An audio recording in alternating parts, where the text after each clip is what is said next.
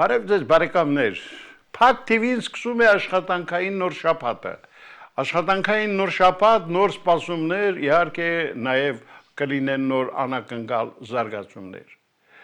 Եվ իհարկե այս ամենը մեր ունկնդիրը մի, ինչպես ասում են, առանձին հետաքրքրությամբ է սպասում։ Իսկ այսօր այս եւ մի շարք այլ կարևոր հարցերի շուրջ զրուցելու ենք ազգային ժողովի երկրորդ գումարման պատգամավոր 2000-ից 2003 թվականներին Հայաստանի հատուկ ներկայացուցիչը Ռուսաստանի Դաշնության կառավարությունում Տարոն Սահակյանի հետ։ Բարև ձեզ։ Բարև ձեզ։ Պարոն Սահակյան, հին ընկերոջ իրավունքով ձեզ հրավիրել եմ տաղավար եւ ուզում եմ բաց անկաշկանդ զրույց ունենանք, լավ ճանաչելով ձեզ։ Մենք ավելի քան 40 տարվա ընկերներ ենք եւ ասելու, խոսելու քիչ բան չունենք։ Այո։ Ինչպես եք։ Շնորհակալություն, դուք ո՞նց եք։ Լավ։ Սկսենք երևի յետընտրական այս իրավիճակի մի փոքր քննարկումով, ինչպիսին է իրավիճակը այսօր Հայաստանում Տարոն Սահակյանի աչքերով։ Շատ բարի, ընդհանուր առմամբ տարօրինակ է, որովհետև հետընտրական զարգացումները սպասվում էր, որ, ասենք, ընդդիմության պարտության դեպքում ավելի ակտիվ կլներ ընդդիմությունը եւ իշխանությունը ավելի շատ, ոնց որ ասած, բարյաց կամ, ասենց ճակերտավոր։ Բայց ստացվեց այնպես, որ ընդդիմությունը առանձնապես ակտիվ չի, եթե չասենք пассив է, եւ իշխանությունը սկսեց շատ լուրջ գործողություններով, այդ գործողությունների առաջի թիրախը դա Գագիկ Ծառուկյանի հետ կապված իրադարձություններն էր, որ հիմա շարունակվում է։ Ես ասեմ, որ քանի որ քրեական գործի հետ կապված, ասենք, մանրամասներ հայտնի չի, ես այդտեղ կարծիք չեմ կարող ասել, ուղղակի ճիշտ էլ չի ասեմ,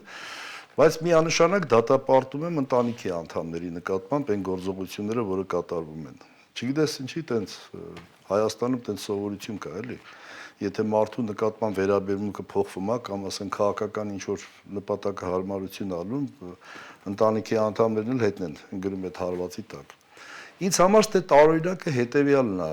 իրանական ուղղությամբ բազմաթիվ 18 թվականի հեղափոխությունից հետո բազմաթիվ խնդիրներ են առաջացել եւ ինչի Գագիկ Ծառուկյանը եւ ինչու հենց իրանական ուղղությամբ։ Օրինակ 18 թվականին դա ինչ որ ես գիտեմ եւ իմ հետ է կատարվել։ Ուրեմն ես այցելեցի Իրան, գործնական այցելություններ, նենց ստացվեց, որ հետ գալու ճանապարհին ազգությամբ քրդի հետ ծանոթացա, քուրդ գործարարի, շատ կարճ ժամանակ հետո Թուրքիայում Ամերիկայի դեսպանատան անվտանգության ծառայության աշխատակիցը եկավ Հայաստան, գտավ այդ քրդին, իբր թե զենքի, թմրամիջոցների, այդպես խառը հաշիվներ։ Դրանից հետո շատ կարճ ժամանակ հետո իմ այցու հետ իմ նկարագրած դեպքերից հետո վարչապետ Փաշինյանը գնաց Իրան, պաշտոնական այցով։ Վերադառնալուց հետո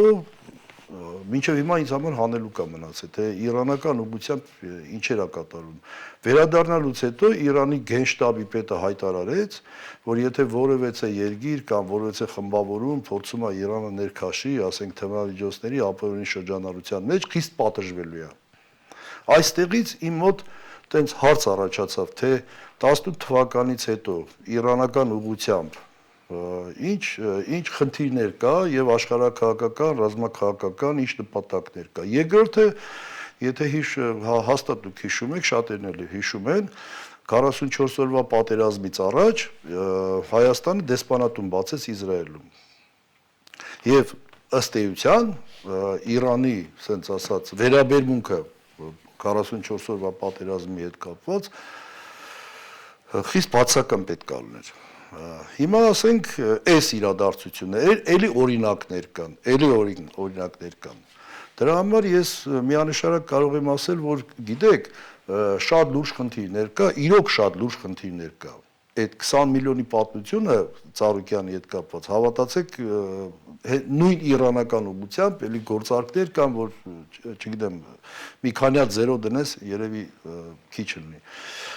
Այդ խնդիրները թողած միանի վրա, ասենք, հիմա հետընտրական զարգացումները սկսվեց Գագիկ Ծառուկյանից եւ սկսվեց իրանական ուղղությամբ։ Տեսեք, մինչև հեղափոխությունից էլ հետո ոնց որ գյուղացին ասենք իր հողը մշակում էր, ոչ իր հողի մասին, օդի մասին, ջուրը, որով ջրում էր, պարարտանյութը, որով տալիս էր, ոչ մի տեղեկություն չունենալով, ամբողջ հոգսերի մեջ թաղված, նույն process-ը կարծես թե գնում է։ Առողջապահության ոլորտում ասենք, ժամանակին ես տենց առաջարկել էի, կա Հայտի Տոշիբա ֆիրմայի հետ միասին, մի քիչ տեղյակ եմ դրանից։ Մենք 40-42 հազար տարեկան ծնունդ ունենք, նորածիններ ունենք։ Ոչ մի տեղեկություն չունի, պետությունը ոչ մի տեղեկություն չունի այդ նորածինների առողջապահության ոլորտում նկատի ունեմ լուրջ խնդիրներ կա, ասենք գենետիկ հիվանդությունների, գենոֆոնդի վերաբերյալ։ Կա ասենք հանքահունքային ռեսուրսների հետ կապված, կարելի ասել ամբողջ Հայաստանը այս բանը փողով փակված է։ Մետաղական, ոչ մետաղական հանքերի հետ թափոնների հետ կապված շատ լուրջ խնդիրներ կան, շատ լուրջ խնդիրներ կան տեխնոգեն եւ ռադիոակտիվ նյութերի հետ կապված, ոնց որ միջև հեղափոխությունից հետո էլ այդ ամենը շարունակվում է։ Այսինքն իմ համար անհասկանալի է, որ այն նախ առաջին այս 8 տարվա ընթացքում այս իմ հիշատակված հարցերը, մի քանի ասենք գյուղատնտեսության, առողջապահության, հանքահունքային ռեսուրսների եւ ամենակարևորը քաղաքական կոռուպցիայի հետ կապված, որևէ օրինական ուժի մեջ մտած դատարանի վճիռ չկա։ Ուղղակի չկա, բայց այդտեղ թե ինչեր է կատարվել եւ շարունակվում է կատարվել եւ ինչ վտանգավոր զարգացումների մասին է խոսքը, նույնիսկ պատկերացնելը շատ դժվար է, շատ դժվար։ Դրա համար ես կարծում եմ, հետընտրական զարգացումները, որը ընդդիմությունը շատ пассив է եւ իշխանությունը, ասենց կոպիտ ասած, թափով սկսեց այդ բանը, այս գործողությունները, առաջինը միանշանակ առաջի հերթին ընդդիմության մեղքն է, որովհետեւ ստացվում է, արեք պարզ ասենք, օրակարգը թելադրում է իշխանությունը։ Տեսեք հիմա Փաշինյանը արձակուրդում է, ոչ մի օրակարգ չկա։ Այս արձակուրդից կվերադառնա եւ օրակարգ կմտնի շրջանառության մեջ։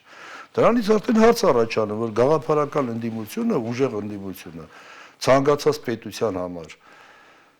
սա մեծ ուժ է եւ մեծ հնարավորություն։ Դրա համար եթե այս տարբերակով ոնց որ sense համեմատելու համար, ասենք արծիվը, չէ, ասենք երկու թևեր ունի։ Եթե թևերից մեկը չկա կամ երկու թևը չկա, այդ արծիվը չի կարա թռնի։ Այսօր մենք իրոք շատ լուրջ խնդիրներ ունենք։ Այսօր ռազմաքաղաքական նենց process-ներ է գնում իրանական ուղղությամբ, Թուրքիայի ուղղությամբ, Իսրայելի հետ կապված լուրջ խնդիրներ կան տարածաշրջանում եւ այս իրավիճակում իմ մատնանշած, ասենք, մի հատ էլ կարևոր բան հիմա կասեմ ձեզ, զարմանալի բան կասեմ, սարսափելի զարմանալի բան։ Հա, եւ ընդդիմության կողմից եւ իշխանության կողմից, ասեն, այն խնդիրները, առաջնահերթ խնդիրները, տեսեք գյուղատնտեսության հետ կապված, չէ, ասենք։ Այսօր գյուղացին ոնց ապրել է մինչև ասենք 18 թիվը, 18 թվից հետո նույն ձևի ապրում է։ Երբ որ լուրջ խնդիրներ կարող առաջանալ, ասենք սննդամթերքի իրացման, նրա էկոլոգիական պարամետրերի, հա, պետությունը բան չի անում, պետք է այդ բոլորը կանխատեսեր։ Բայց մի հատ ավելի կարևոր բան կա։ Ես նայեցի 18 թվականից հետո վերջի 8 տարում օնլայն կազինոյում այսօր շրջանառվում է 21 միլիարդ դոլար։ 21 միլիարդ։ Այո։ Եվ եթե նայենք, աղկա, ոնց են ասում, քասիվ քայքայված երկրում։ Եթե նայենք 18 թվականից հետո, ասենք, ունենք 1 միլիարդը հասե, հետո 2 միլիարդ, հետո չգիտեմ, հիմա արդեն այդ թիվը 21 միլիարդ դոլար է։ Ենթադրել, որ գյուղացին, ասենք, ամբողջ ազգով, եթե մենք ամբողջ ազգով այդ կա, իշքա 3 միլիոն մարդ, 3 միլիոնն էլ այդ օնլայն կազինոներում խաղում ենք, նույնիսկ այդ թվի կեսը չէին կարող ապահովենք։ Չէին կարող ապահովել, այսօր բոլորս էլ, ասենք, հողի վրա ման ենք գալի, ասենք, գյուղել ենք գնում, քաղաքել ենք գնում, տեսնում ենք էլի, ասենք, գյուղացին չարքաշ իր, ասենք, գիշեր ցերեկ էս արևի տակ, չգիտեմ, անձրևի տակ, կարկուտի տակ, եսի միջի տակ, ասենք այդ մթերքը աճացնում է, վաճառում է, ինչ միլիոններ է խաղում կազինոում։ Սա շատ լուրջ խնդիր է։ Սա անվտանգության խնդիր է։ Սա անվտանգության խնդիր է, որտեղ այդ 21 միլիարդ դոլար, որը այդ խաղադրույքները, որը կատարում են, հաստատ սա ազգաբնակչության այն մասին, որը վերագրում են ազգաբնակչությանը, դա չի կարող տենց լինի, չի կարող տենց լինի։ Նշանակում է ինչ որ շատ լուրջ փողերի մասին է խոսքը, որ կարող է եւ փորձանք բերի մեր երկրի գլխին։ Նա եթե ավելի սենց խորանանք նայենք, տնտեսյան վիճակը իրոք այսօր արտաքին պարտքի ինձ անհանգստացնում է, ավելի ճիշտ պետական պարտքը։ Մոտավորապես 6 տրիլիոն է հասել։ Մի կողմից արտաքին պարտքը 6 տրիլիոն է հասել, որից 3 տրիլիոնը համաշխարհային բանկի պարտքն է, 3 տրիլիոնը ներքին, որի տոկոսը բավականին բարձր է, երկուսը միասին, ասենք եթե համաշխարհային բանկը Libor plus ասենք էս ինչ տոկոս է, բայց ներքին պարտավորվածությունների տոկոսը բավականին բարձր է։ Էն էլ ներքին պարտավորվածությունների այդ պարտատոմսերի մասին եմ ասում։ Բոլոր գործարքները գնում է բանկերի միջոցով, որի կեսի տերը բանկն է, բանկային համակարգն է։ Այսինքն այն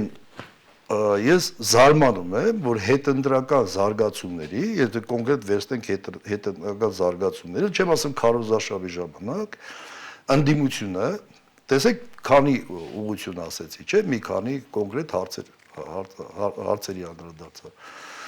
Ընդդիմությունը թողնելով արտաքին պարտքի հետ կապված այդ իմ հիշատակած մոտ 18 միլիարդ դոլար։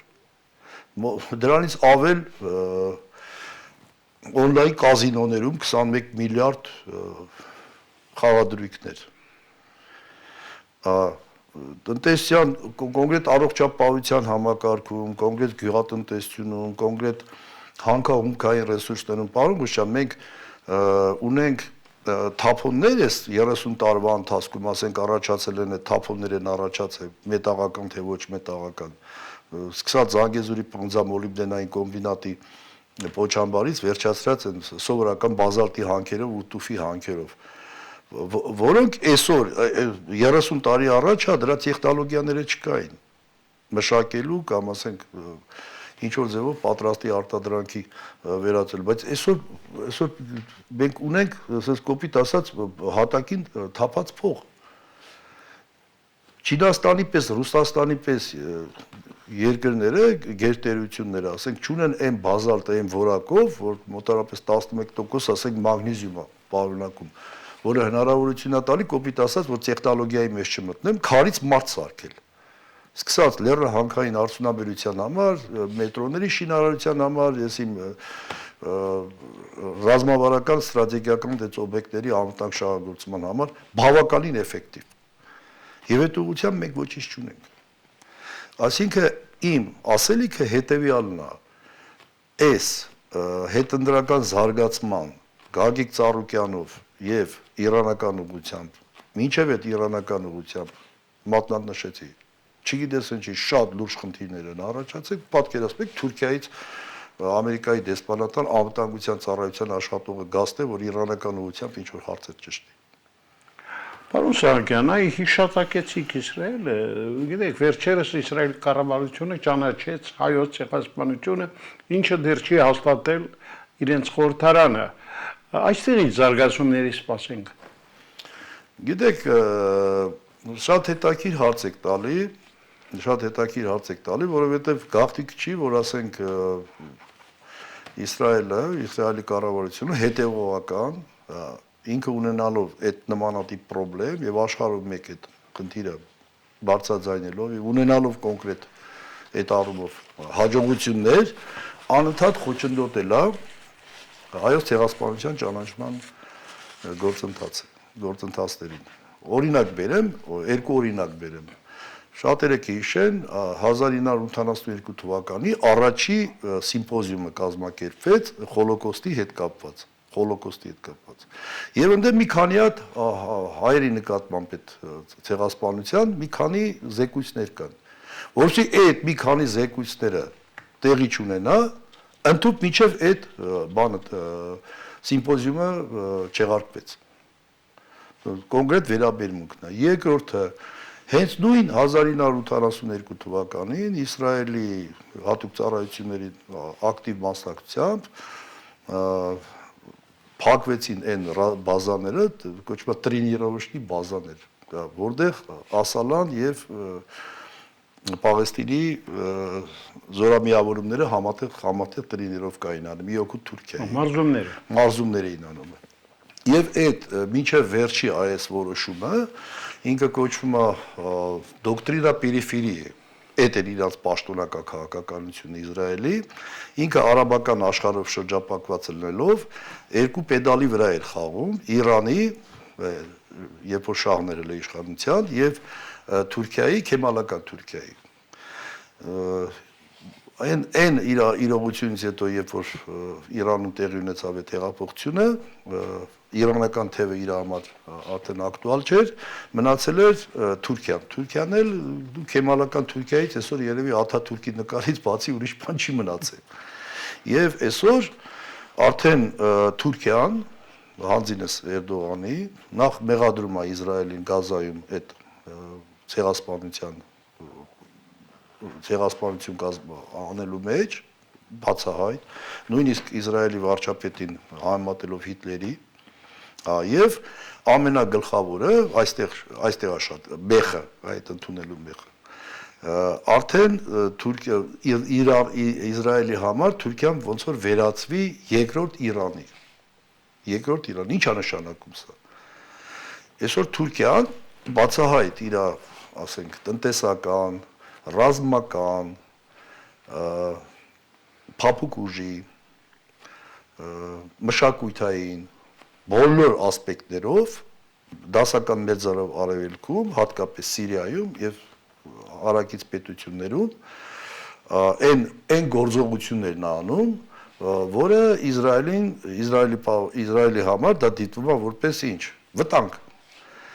Եվ հաջորդ քայլով եւ Գազայում, ասենք Սիրիա, Գազա այդ գործողությունները ի տարբերություն ասենք Իրանի, որը պրոքսի իր կազմակերպությունների միջոցով էր անում, Թուրքիան ոնց որ պարադնի բանից մտել է ներս։ Չի թաքցնում իր քաղաքականությունը։ Դրա համար Իսրայելի համար, եթե Թուրքիայի համար առաջ Իսրայելը այտենց դուռ էր դեպի Վաշինգտոն, այդ արդեն չկա, որովհետև Թուրքիա-Ամերիկա ուղիղ հարաբերություններ են կառուցված։ Եթե Իսրայելի համար արաբական երկրների շրջափակման պայմաններում Թուրքիան կարևոր դերակատարում ուներ Իրանի հետ միասին, իսկ հետո արդեն Թուրքիայի ոնց որ նշեցի, այդ էլ չկա, որովհետև արաբական աշխարհում բավականին Իսրայելը ուղիղ կապեր է հաստատել։ Բայց այստեղ զարմանալին ո՞րն է։ Զարմանալին այն է, որ եթե հիշացնեմ, Ամերիկայի նախագահ Թրամփը, երբ որ ասեց, որ Էրդողանը իմ ընկերոջը ես հորդորեցի, ռուսերեն սենց է կոչում, նիվլես բան էլի, մի մտի իրանական պատերազմի մեջ, հա, կոպիտ ասած, Թուրքիան իբրև թե կամ իրականում այդպես չգիտեմ, ուզում էր Իրանի կողմից մտներ պատերազմի մեջ եւ կանխվեց։ Հաջորդ օրը օրինագիծը մտավ շրջանառության մեջ։ Դա Թրամփի հայտարարության հաջորդ օրն է տեղի ունեցել։ Այո։ Իսրայելը այս տեսակետից շատ պրագմատիկ ռեալ պոլիտիկ, որ ասում են, քաղաքականությունն է վարում, այն ինչ որ ասենք թանկ պետքա վճարես, չի վճարում, այն ինչ որ արդեն վճարելու բան չկա, ինքը պատրաստ է ընդունի։ Այ Իրանը մի քանի անգամ հիշատակեցի, իսկ կուզենայի, որ անդրադառնայիք նաև Միացյալ Նահանգներ Իրան հակամարտությանը, այն ինչպիսի զարգացումներ կարող է ունենալ։ Գիտեք, ստեղ այդ հակասությանը ես նայում եմ, ասենք, շատ վերլուծաբաններ եւ շատ խելոք նաեւ մտքեր կան, ասենք, նույնիսկ ասենք կանխատեսումներ են անում, բայց այդ կանխատեսումներից որևէ մեկը 100% չի կարասի, որ սենց անելու, որովհետեւ ինքը շատ մեծ շերտեր է պարունակում։ Օրինակ, շերտերից մեկը, ասեմ, որը ամեն դեպքում ես չեմ հանդիպել դեռևս։ Տեսեք, այս հակամարտությունը ինչով է տարբերվում նախորդ հակամարտություններից։ Միացյալ Նահանգների կողմից ռազմական գործողությունները կամ Իսրայելի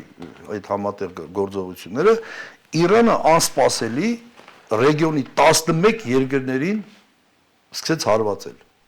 Այո, որտեղ Միացյալ Նահանգների Նախորդ պատերազմի, նախորդ հարձակման ժամանակ նա Իսրայելին էր խփում։ Իսկ այս հարձակման ժամանակ առաջի հերթին խփեց 11 երկրների։ Այո։ Եթե այդ 11 երկրների sense բանը դնենք, ցուցակը դնենք, որտեղ նավթի, գազի լուրջ պաշարներ կա, ուրեմն առաջի հերթին ովքեր տուժվեցին։ Առաջի հերթին տուժվեցին այն պետությունները, բայց առավել եւս այն միջազգային ֆինանսական կորպորացիաները, որտեղ դեռ լուրջ ներդրումներ ունեին։ Տեսեք, մենք շատ ենք խոսում նախկին միաբևեռ կառավարման համակարգի, որ այսօր արդեն բազմաբևեռ է, բազմաբևեռ կառավարման համակարգի դեպքում արդեն ամեն մի պետություն ինքը իր խնդիրները պետք է լուծի, չէ՞, ոչ թե միջազգային ֆինանսական կենտրոնները Ամերիկայի միջոցով կամ Ռուսաստանի միջոցով կամ չգիտեմ Եվրոպայի միջոցով իրաց խնդիրները լուծեն։ Տեսեք, քայլ առաջի այս պատերազմի առանձնահատկությունն է նա, որ ամենամեծ դուժողը դա է լավ միջազգային ֆինանսական կորպորացիաները, որոնք լուրջ ներդրումներ ունեին այդ 11 երկրներում, այս 11 երկրները տոճշտի խփեց Իրանը։ Երկրորդը այլևս այդ կոպիտ ասած սպեկուլատիվ կապիտալը, էժան առնել նավթը թանկ ծախել, չի լինի։ Տեսեք, շերտերից մեկը, բայց կա դրա երկրորդ շերտը, որը մեզ է վերաբերում, հենց Հայաստանին է վերաբերում։ Իրանի շուրջ բանակցությունները երկու ուղղությամբ է գնում, ասենք հիմնական խնդիրները, որ պետք է ասենք Իսրայելը կամ Միացյալ Նահանգները փորձում են լուծի։ Դա առաջինը միջուկայի ծրագրերն են, երկրորդը դա Հորմուզի նեղուցն է։ Հայաստանի միջոցով ինչ որ կնքվեց, թրիփի մասին եմ խոսում։ Թրիփի, եթե համաձայնագիրը նայենք եւ թրիփի Հայաստանից դուրս ենթակառուցվածքները ինչա կառուցվել, որտեղ Ադրբեջանը ինչա ֆինանսավորվել, Թուրքիան ինչա ֆինանսավորել, հավատացեք, որ թրիփի բանի այդ Հորմուզի ռազմաքաղաքական նշանակությունը բավականին նվազել է։ Բավականին նվազել է։ Այսինքն դա երկրորդ շերտը, որ Հորմուզի նեղուցը, ասենք իր 25% բեռնաշրջանառությունը հիմնականում կատարում է Հորմուզի նեղուցի միջոցով։ Բայց դե մի հատ բան ասեմ, միջանկյալ մի հատ բան ասեմ։ Միգուցե նաև, չգիտեմ, արժի թե չարժի, բայց ասեմ։ Հիշում եք 2008 թվականի ռուս-վրացական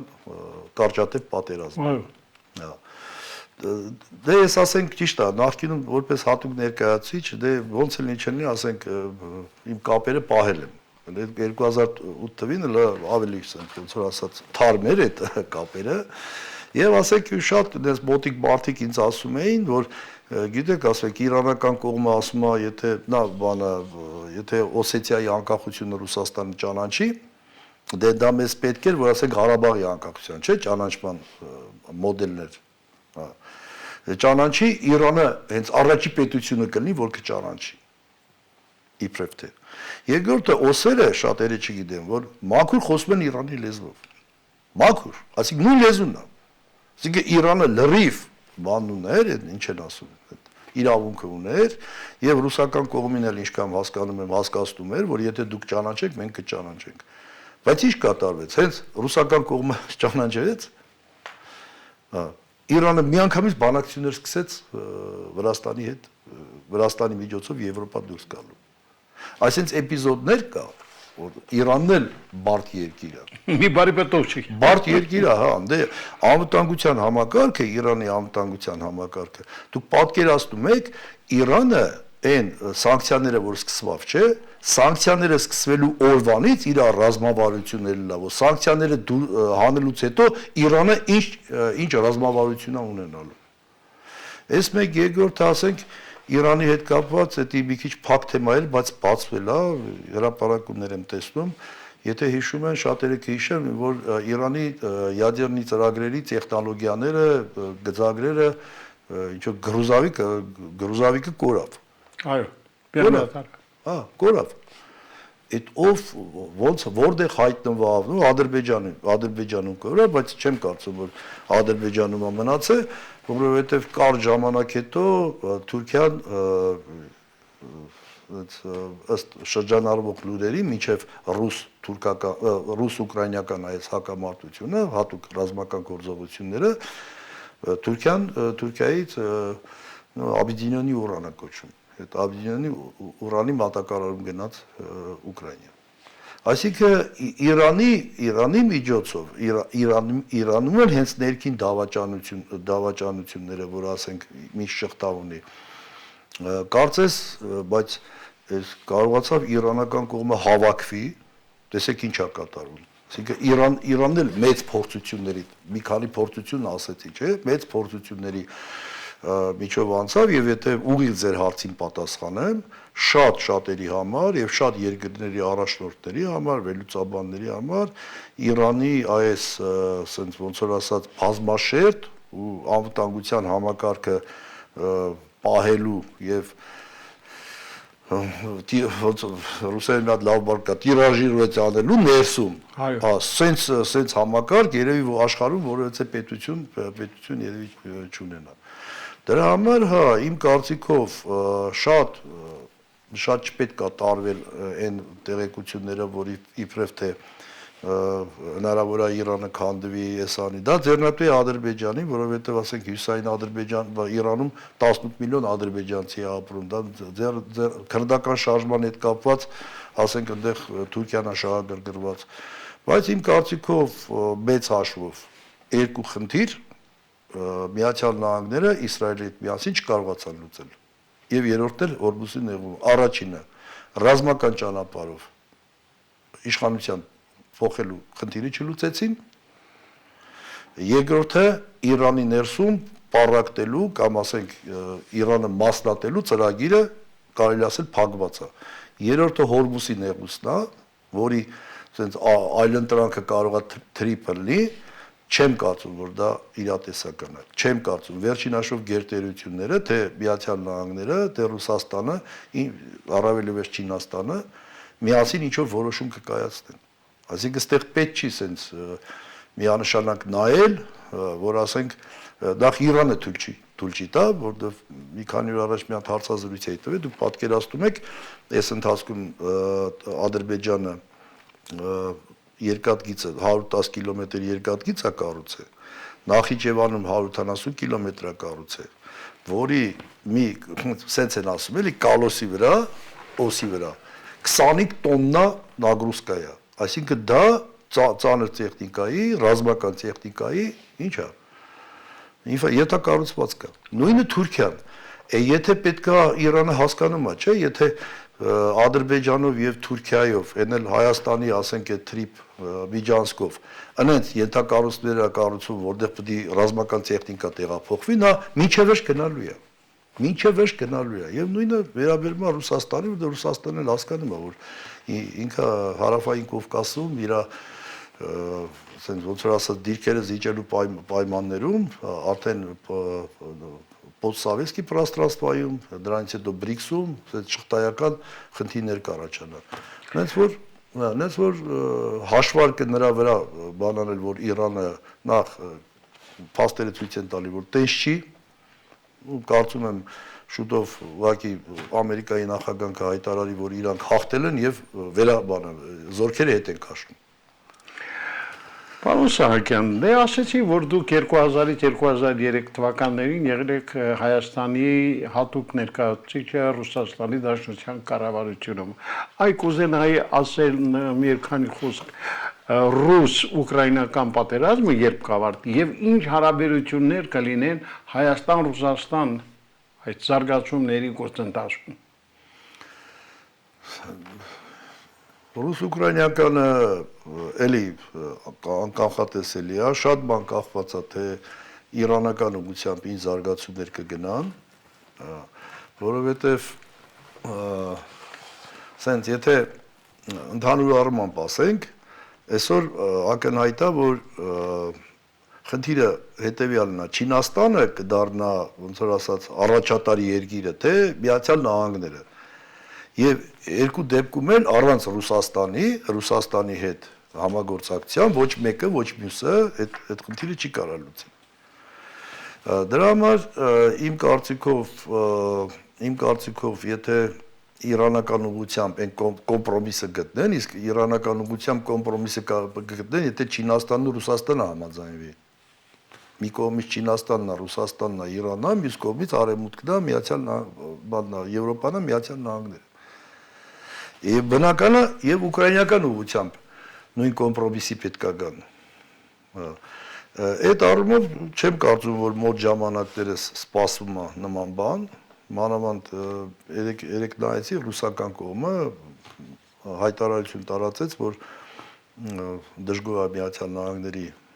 քաղաքականությունից, այն խոստումները, որը տվել էին, դրանք չեն կատարվել, ըստ երևույթի ինչ որ պայմանավորվածություններ են ելել։ Բայց վերջին հաշվով, Վարոժյան, ինքը ռեսուրսի կռիվ է։ Այդ ռեսուրսը առանց գետնի վրա ենթակառուցվածքների չի ստեղծվելու, օդից չի ստեղծվելու։ Այն աշխարհը միաբևեր կառավարման աշխարհը, որ ասենք ընդունեք 10 միավոր ապրանքեր արտադրում, բիրժաներում, ասենք 100 միավորի ակցիաներով վաճառքեր, չկա էդի։ Հիմա կոնկրետ ինչ որ ստեղծվում է, այդ ստեղծվածով պետք է այդ երկիրը իր անվտանգությունը, տնտեսական, քաղաքական ապահովի։ Այդ առումով հիմա այս ենթակառուցվածքների մասով համաձայնության գան եւ իրանական կողմին եւ չինական կողմին, ռուսական կողմին, Միացյալ Նահանգներին, եվրոպական կողմին բավարարի, որը մի քիչ այս պահին չի երևում, բայց վերջ առաջ դա է ալնելու։ Հələ տեսեք, համարյա բոլոր երկրներում տնտեսական ճգնաժամ է։ Համարյա բոլոր երկրներում այն միջին խավը արդեն աղքատության շեմին է կանգնած։ Սենց չի կարա երկար շարունակվի։ Ուղղակի չի կարա։ Իսկ Ռուսաստան-Հայաստան Ռուսաստան-Հայաստան հարաբերությունները ասեմ ձեզ, այս ուղղակի գիտեք ինչ, այդ ռոպագանդան, որ ասենք եվրոպական չինովնիկները գալիս են ստեղ, ասում են մենք ձեզ մաքսային ազատությունը հարկերից կազատենք, այս կանենք, ասենք նոր շուկաներ կտանք, երևի շատերը մոռացել են, որ SEPA-ի համաձայնագրով մենք հատուկ ռեժիմ ունենք, չէ, Եվրոպայի հետ, GSP+, GSP։ Հիմա դա չի գործում, բայց այն ինչի մասին, որ իրանք ասում են, համարյա նույն GSP-ն է։ Այդ GSP-ի ժամանակ ինչա հրաշքներ է կատարվել։ Հայաստանից եսիմ ինչ շրջանառություն այլ ապրանքներ են վաճառվել եվրոպական շուկաներում։ Ես կարծում եմ, որ այս հարցում Ռուսաստանի հետ այս հարաբերություններում պետք է իրոք երկրի ղեկավարությունը, ինչի՞ չէ նաև ընդդիմությունը, ինչի՞ չեն միասին նաև, որտեղ սա հասարակ ժողովուրդն է տուժում։ Հասարակ ժողովուրդը։ Ես չեմ կարծում, որ մոտ ժամանակներս, որտեղ այն կարմիր գիծը, որը Ռուսաստանը ունի, եւ Ռուսաստանի նախագահի հայտարարությունը վերջի հանդիպումը Նիկոլ Փաշինյանի հետ, ինքը այն գլխից ասեց, որ մեզ քաղաքակրթություններն են միավորում։ Այսինքն կամ Եվրասիականի մեջ է, կամ Եվրոմիության։ Մենք գտնում ենք, ռուսական կողմը գտնում է, որ մենք Եվրասիականի մեջ պետք է լինենք։ Այս բարդությունները, այս турբուլենտ առաջացած այս իրադարձությունները պետք է ռեալ հողի վրա հաշվել։ Առաջինը ես ոնց որ ասեցի, այդ նույն GSP-ն երկար տարիներ գործելը Եվրոպայի հետ մեր ապրանքաշրջանառությունը էական չի աճել, բայց ռուսական ուղղությամբ միլիարդավոր դոլարների շրջանառություն այլ է։ Հիմա ել չեմ ասում այդ տեխնիկական պարամետրերը, եվրոպական չինովնիկները կարան գան ստե ինչ որ բաներ ասեն։ Նրանք ամենաշատը ինչ կարան ասեն, մաքսատուր կհանեն, բայց դե եվրոպական ստանդարտները չինովնիկը չի կարա լուծի։ Եթե սենց որոշում պետք է կայացնեին, ուրեմն տեխնոլոգիաները ամբողջ սկսած բերքի մշակումից վերամշակումը արդեն սարքավորումներով, ինչ սարքավորումներ պետք է դրվի, տեխնոլոգիաներով, սա տարիներ առաջ պետք է արված լիներ։ Եվ շնորհակալ եմ, մի մոռացեք, որ դուք Փակ TV-ի լավագույն բարեկամներից եք, մեկ համեց եք, հաճույքով ձեզ կհյուրընկալ ենք, դե հուսանք, որ ձեր ասած զարգացումները նպաստ Հայաստանի կլինեն եւ ամենակարևորը մենք միահամուռ այսպես ընդհանուր ուժերով դուրս կգանք այս ծանր իրավիճակից։ Մենք այլ ճանապարհ չունենք։ Շնորհակալություն։ Սիրելի բարեկամներ, մենք այսօր հյուրընկալել ենք ազգային ժողովի երկրորդ գումարման պատգամավոր մեր ճանաչված տնտեսական վերլուծաբաններից մեկին Տարոն Սահակյանին։ Այսօր այսքանը, ցտեսություն։